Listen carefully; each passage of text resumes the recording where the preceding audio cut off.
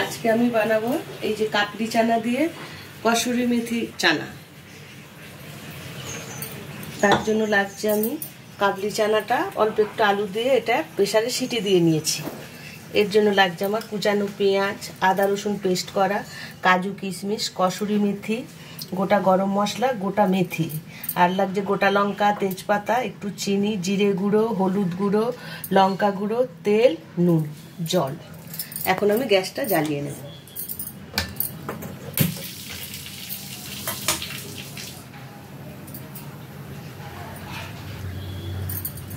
তেল দেব এখন পরিমাণ মতো। তেলটা গরম হলে ওর মধ্যে দেবো আমি সামান্য মেথি ফোড়নে দেব, কিন্তু মেথিটা আমি তুলে ফেলে দেব। মেথিগুলো ভাজা হয়ে গেছে, এখন আমি মেথিগুলো সব তুলে নেব। মেথিগুলো এর মধ্যে দেবো না, মেথিটা তো তেতো লাগবে। আমি জাস্ট গন্ধটা আসার জন্য মেথি ফোড়নে দিয়েছি। দু একটা দানা থাকলে ঠিক আছে, কিন্তু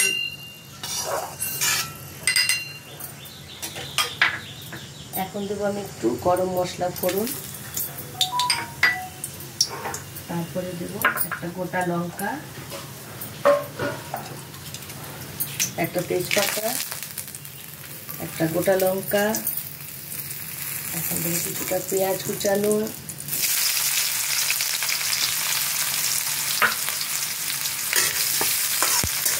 পেঁয়াজটা লাল লাল করে ভাজা হয়ে যায়, তারপরে আমি মশলা দেবো। পেঁয়াজটা লাল লাল হয়ে এসছে, এখন আমি দেব আদা রসুনের পেস্ট দেব, তারপরে দেবো হলুদ গুঁড়ো দেবো, লঙ্কা গুঁড়ো দেবো, চানাতে যেমন ঝাল খাবে সেইভাবে ঝাল দেবো। তারপরে দেবো নুন ওটা দিয়ে সিদ্ধ করেছিলাম, আন্দাজ মতো নুন দিতে হবে। এখন দেবো জিরে গুঁড়ো 1 চামচ, সামান্য জল দেবো।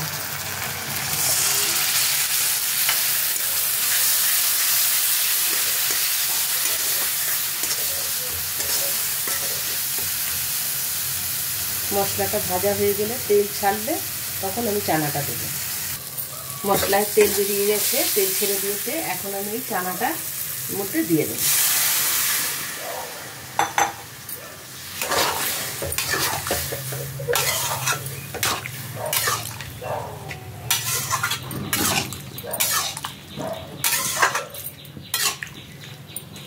আমি চিনি নিয়েছিলাম, কিন্তু চিনি দিইনি, যেহেতু আমি কাজু কিশমিশ দেবো ওই জন্য চিনিটা আর দিলাম না।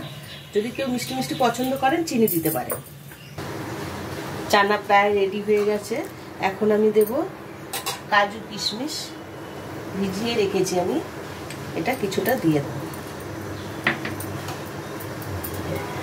এখন দেব কসুরি মেথি একটু ডলে দিলে ভালো হয়।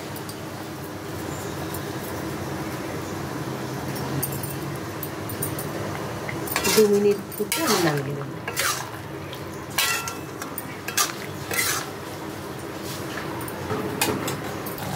একদম রেডি হয়ে গেছে চানা, এখন আমি গ্যাসটা বন্ধ করে দেব, দিয়ে আমি নামিয়ে নেব।